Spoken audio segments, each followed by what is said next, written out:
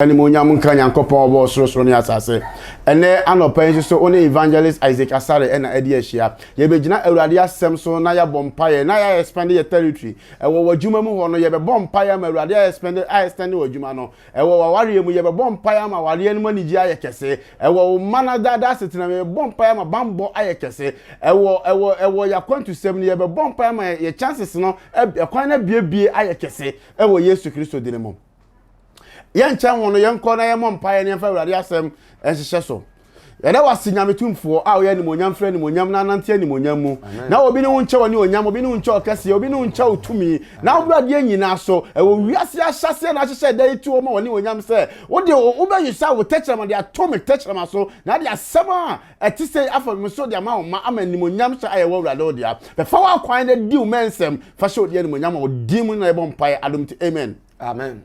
We are extending our territory. Amen. Amen.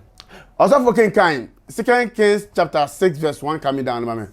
Ya King Kain fongoma etoso mienu etie ye nsia ntiche mu baako ekosi enum no. Na adifo ama no ka kire Elisa se. O se na odifo ne ma no ka kire Elisa se. Hwe. Wanimu ha ye tie yi. Wanimu ha ye tie yi. Eye hwehwea papa. Eye hwehwea papa. Ema ye. Ma yanko Jordan ano. Ma yansanko Jordan ano. Na yankofa impuna. Na yenye dey. Yankofa impuna tese yankofa nua. Aha, yankofa nua. Maako emfiri ho. Maako ye emfiri ho. Na yemesi baabi ewo ho. Na yemesi tenabia bi wo ho. Amen. Entena ho. Amen. Tie. In the presence of God, se unya akwanya kwa awurade anim a anapa ya akwanya wanya wa awurade anim me ka asem da hye wunkuran. Tro se odifo ma no omunya akwanya ko odifo nanim no omuhunu se dwumadiom no odifo ne ye no eso ani ahomka wom nkanya wom enti esese omutre omahwemu enti omude koto odifo nanim se papa ebreidie ewo se yetre ya hwemu ewo se yetre ya hwemu esansa ne awurade nam wo so de ma ye no efra domba se yetena ha se ya se OB4G ATV tena ha se ya ye be pagya kosoro no ebia na ebete. Yes, sir. Amen. Amen. As I say, the publicity of OB4G TV, awurade de ba no, e wo se yetra ya hwem. Amen. Aduma na wo se wo tra wa hwem. Amen. Awurade ani monyam na ogina no, e wo se aduma no tra wa hwem. Amen. E wo se sikasam no ye dey, wo tra wa hwem. Amen. Emrantie no atena ase. Ero mo se omuni on papa Elisha enete. Sir. Na Elisha nsama wo de ma wo mo no, nsam no mu do. Eti abrade bre nyina na omukọ nsam ka akrayi a omunya dom de ba. So what you say? Omunya dom e de ba. Eti na e wo se omutre omahye Amen. E wo se yetre ya hye mu. Amen. Amen. Eti say with the presence of God bring spiritual understanding. Amen. Senyame ni onyam ma honhom ntiase a onya tumi a ye ne tre ya hye mu. Amen. And na me kan fa awurade ma wo se to me honhom ntiase a etre ya hye mu awurade fan domo baby biara fan domo waduma mu fan domo e wari ni mo fan domo o mari school ko mo fan domo wo dade asetre mo awurade fan domo. Amen. Awurade ni domo a na omubu ko woni ma bibi biara ntimi ntwo nsan tieriye ba talking cameraman o say monkoi verse 3 na obaako ka se pere na ene wonko a enko na obu ase me ne mo ebeko.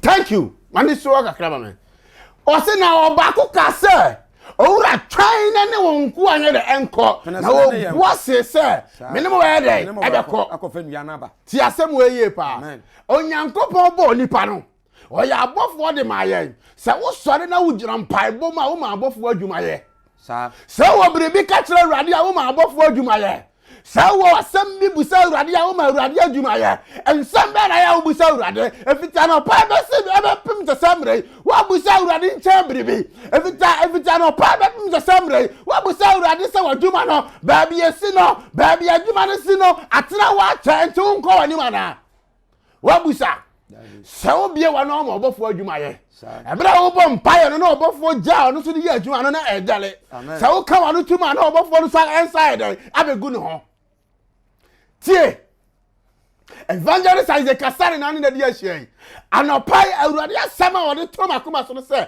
we are expanding our territories Ahefa na wotia. Ahefa na wo ya adwuma your financial adenti na waka wa no to ma wo sikasem essay. E wo se wo sikasem mutra. Amen. E wo se abrabo na mutra. What na fa ko acha. E wo se wo ko wadim. Onyame dia wo take step on no beko. E dia na wo ya ma onyame aboa o. Elisha say, "Me ne mo be dai, me ne mo beko." E dia na wo to anamo be na wo tuo ma urade abo so. Anamo be na wo tuo ma urade abo so. Emfa wo sangu dobri famu.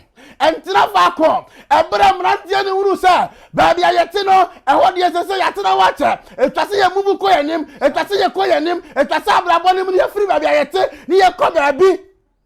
Amen. Omo ko odifo ne ho.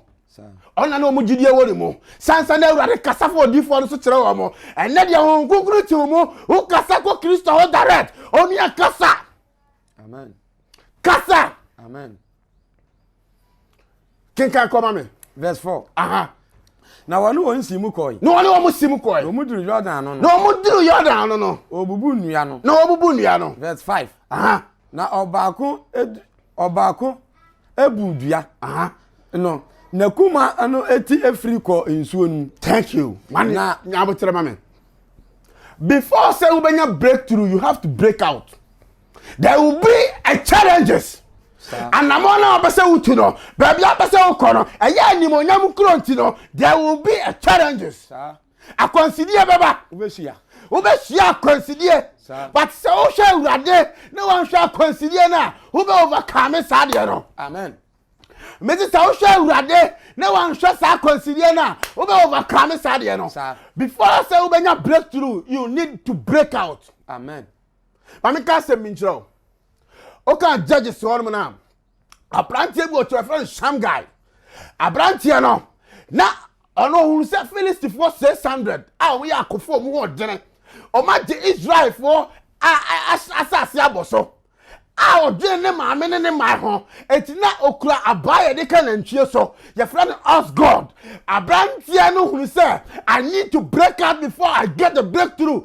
So the metumi ayane say abawe begino say Nyankopon abawe begino say Israel na me ne Philistine for de ade akọ eti abrantie ba ko pa okum nipa 600 e wo Nyankopon di ni mo wo hawaduru say wo hawo na say wa man ya na ayesay a wo man abu afa so ade be na ka wo say ba bia wote no a wote ho me se pie amen me se pie tu anamon emrantie ni tu anamon e wo mu se bedrum na bi wakuma beto nso mu de ba nyame oya no kofo no hey Israel nyame oya no kofo no yes yakata makato rakata bo shatebe hey obeyi ama amen tu asoma me o say aha na obako kuma no eto nsuo ni mu aha na otie mu say aha aw miwura aha yakofam yo aha verse 6 na Nyankopon nipa no ebisa say aha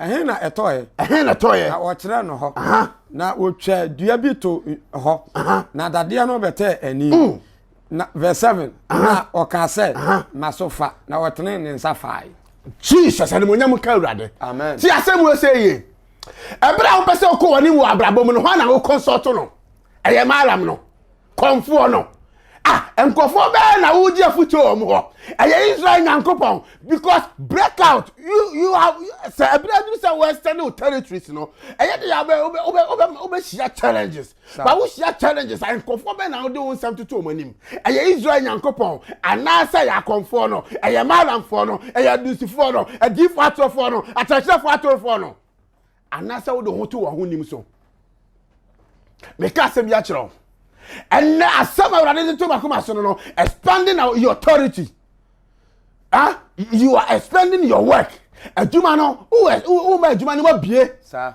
Israel Nyankopon so kan ho a wona ne do agya ba bi obeduru bia no otre amen bie wa hyemu amen fagidie bie wa hyemu sare wa kaneko sir bia hye ni mu na Israel Nyankopon wa yedada amen o se Jeremia oye moja tu down na yam no na menim wo sir na mete wo ho tie wonni mu dada wodi tumi bia show mu wodi no bia show mu discover your strength.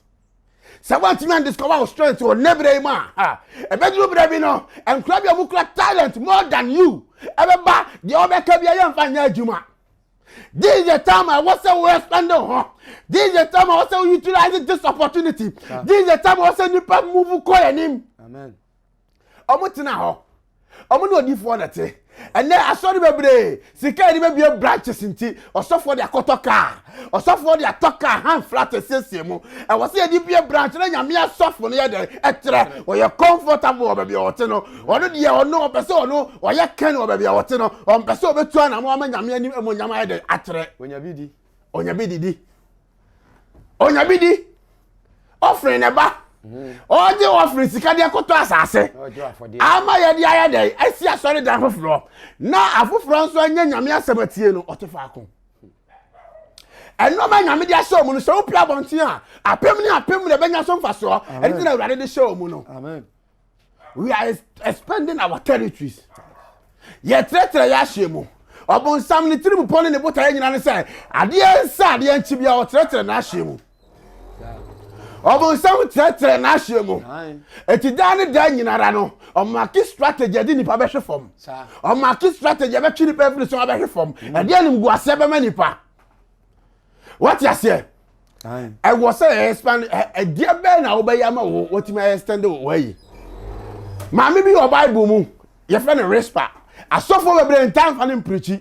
Now you saw empena ni bi. Mami nka se minchiro. Mami ni take determination o ya de bia. Eti ma do mami ni bebre mna bia me fa Bible na me kinkan mami no ho nsem. But on so onye common Bible your friend a respa. Obi a we saw empena. Na so adi bone.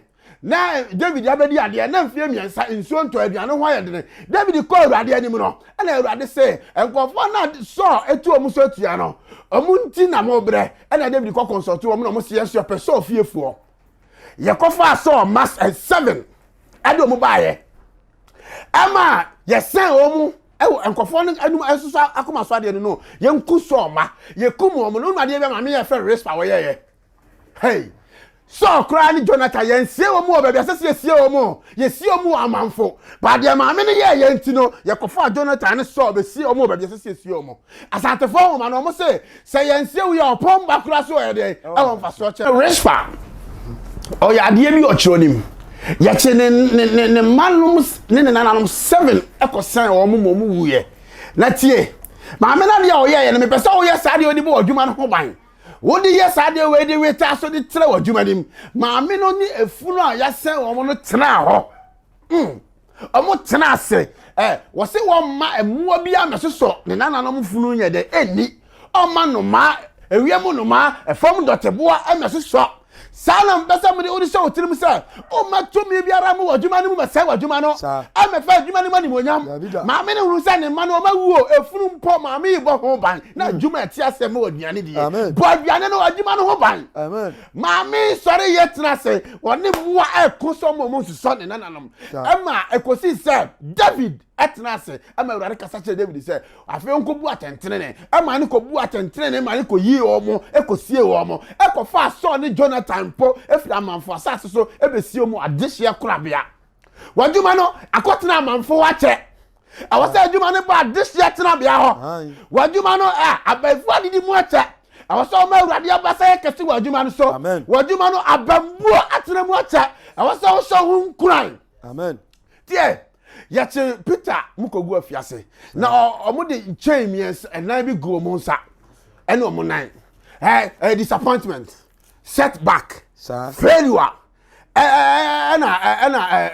promise and fail sa nyoma forward so omu sam cho no de no konson gu a ade bia wo ye bia anyeye sa tie odifo ne ma no omu tena se na urade fa odifo no so ebi omuhu ntiase ni amen amen ena ye ma ye bra ni nche ne ye bebo mpaye amen amen ye bebo mpaye asem ni nyina ne se eye odifo Elisha urade asra ne wo ena one ne ma ete na odi urade asema tete ne ma eto mu so kom ko yi akra de ede ba tena ba bi omo tena na ayeketuo bi ama wo mo wo se omo tira omo hye mu ena mechi wadwini so sisu se empai bo mpa onya hohom ntiase na bo mpa esra urade a wo so wadwuma na mu betre ebe free ba akwa komienu ebe free mienu akomiesa ani je bebo wale anim o mabambo be kese Osi awurade Yesu ena no pai me de me nsabo Yesu mojam na me gira okonkro bia ni mu a me sira honhom ntiase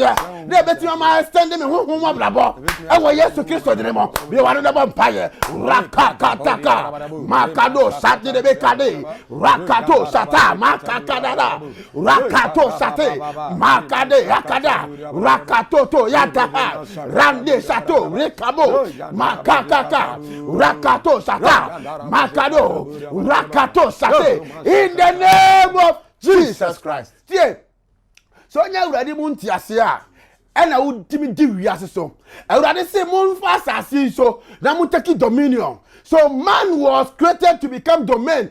To take dominion on this earth. I already boy say yam na me dia asase we say so. And no be e wo wiase nyinara ye be di so. Enti wo de wo asase we say so bia ya odia. De kura ya odia. Awurade dia mo say me hirawo. Enti ya ka che awurade say ade biara ye unsa no adwuma. Ade biara ye wadwuma. No awurade de dom ho. Ono awurade nyankopon no. Ofiri osumu soro. No me bre wa hwemo. Ombie wa hwemo. Ombie wa hwemo. Ombie wa hwemo. Rakakaba. Nekato sata. Rekato, rekatata, makade site, rakato sata, makakaka, rekado sada, rakate, rakatata, makade sa, rekato, rakate, rakato, makade sate, rakakaka, mado sate, rado sate, makakaka, in the mighty name of Jesus Christ. Sikanyane di anya ya onane pobo. Se wonya sika na obade oha ba sika ne be hye se wonya sika na obade yare ba sika ne be hye eti sika na enti mopo nya bompa ya se ruade se bambo de boy ma ho ba no ontre bambo nim na o mane nya kese ye ne ye ma enkofa yare ma enkofa abanya ma ne ma enkofa musuo bi ma esanse job de ne kura no ne ma ko bom ekodi agobone a ne okoyi bi de ko ba afode ekosere ma ne ma ehunfi se wo be yi sika de akoye de e ka de wura wadwuma man ka be koso ye se ruade bambo se ento ye maso e wo Yesu Kristo de mo we are extending the grace of God upon our case our children in the mighty name of Jesus. Rekato sate rakakaka mado sate makabo rakatabo kasa rekade hade mado kada riande so rikada makado sate rakaka makado sate rakato rekade sate rekakaka in the mighty name of Jesus Christ. After adie bi e show mu tie se o ka se urade ye me kese na wanhia nso ha obede ohun se o ye kese wo ho ayede o se urade ma me ho nya dene ye mpa we ka gidi fo mpa bo no urade ma me nya sika mba che wanya adwuma be sika urade ma me ho nya dene wanhia challenges abede ohun se ho dene eti ye ka che urade se e wo se ye nya attestation of this prayer. Amen. Amen. I was saying that dance die e wo sampa bo yimu. Amen. Amen. O se awurade Yesu ene anopai me mpai bo no se me do moja de hye attestation of this prayer in the mighty name of Jesus. Bi anobo mpai awurade Yesu Kristo e moja de hye dance die e wo mpai bo mo e wo Yesu de namo le kado shahataka makado dikate rakato sata makate rakakaka makaka rekado hate makado rekato sata rekato rakatata rekato sata makado rakato rekatata makatata makato sata rekato rakatata makato sata in the mighty name of Jesus Christ. Abraham Samson obe discover the strength. Bible say okoshia okon o how be na ebe yi ya ho ode ye hye mu aba. Yes sir. So how am I ni monyam ma yes sir urade say babia ye gina ho no territory ho na ye gina no challenges bi e wo ho ono awurade ni gya entom na enyimpie na emedan inshira ema wabrabo ewo Yesu Kristo de mo bi ono de bompaye e kado makade hadi rakato sata e kade makade kado sata rakato makekate rekata makadi kato sate rekata makakaka rakado sate in the mighty name of Jesus ya urade asese wo shirawo da urade asese wa tere wa shemo era wase ene monyam nyina ewura wa wotene na okron na efini dem ne kai biara ni mo na wana mo tumi ni wani onyam so abie ye na hwere mu watere ye ahwere mu wabie ye mu wabie ye nti ase wa honhom mu ani wa mu na urade wadi hine wo ye na brabo so era wase agidifo nyina me bom pae nyansa bua kwa nyame oni machira de ye no ne orinya ye muda onsem na yewo nyansa bua kwa nyame oni machira de ye no ne orinya ye muda onsem na yewo eniti radi onsem na yewo da radi onsem na yewo da ohine yafuru yabre honhom ni padua se afuru gira ohin gwanenim the presence of supremacy awurade yaba no yesre ediensa no adwuma ba papa shira yen ediemu ade ba papa shira yen yenom yeda papa shira yen yekọ yeba papa shira yen Jesus afesu yen pai boni se papa ewo mbotaye ewo wiase de bo ahyase na wo ka wo mabo mu se Jesus ebre bi bedura obefa yen so de adi dwuma de ahye odi animonyam ohene ebre ni nie papa ebre ni nie so wo dia show dia ni monyam tani monyam nka odi ni mu amen yem pai boni say ye jai channel we di show awurade won sa awurade ma channel we emfra dum nko adum amen babia nipa susu sa enuru na awurade ma ne ntra we yesu awurade ma ne ntra awurade ma ne ntra awurade ma ne ntra awurade ma ne ntra amen mem pai boni say awurade aduma odi adumo ma awurade ma ne muso we yesu ma ne muso ma ne muso adumu nyansa adumu ntiase adumu ani fure awurade fa adumo ye Jesus ma ho konkona ho odi ne hyoye ma se na odi ma edi kanfo no awurade fa adumo ye de be esan musuo anim guase ohaw awurade yifri ye na kwan mu amen yesra won chan enwo se enso ye mama so Yesu Kristo awurade ma ye mama so nya dene awurade ma ye mama so nya dene ma yesu sum nya dene eson se ye hyew mu obi biara wotie OB4G TV na subscribe obi biara wotie na de na koma edi mpaibo ye chi awurade nye wakoma so de ma awurade mbie watere mu wasie mu awurade ma osi kantre awurade nchi adofo ni abofo fura chiri bencheye amekọ omwa awurade ma visa no unsanka awurade ma unsanka ware no sa unsanka ware nso wasire ma wasie ma tre wafri single mu sijadie mu aba ware mu awurade fandomo awurade fandomo awurade ma wakomra mo me kasatu abrabo so akonto pono no emie wo ye mo me kasatu abrabo so na me suma wo de enya wo tafa wo Yesu Kristo de mo den mo nyam sha awurade dia woni yesre wo doba Yesu Kristo Nazareth ne di mo adumti amen amen amen amen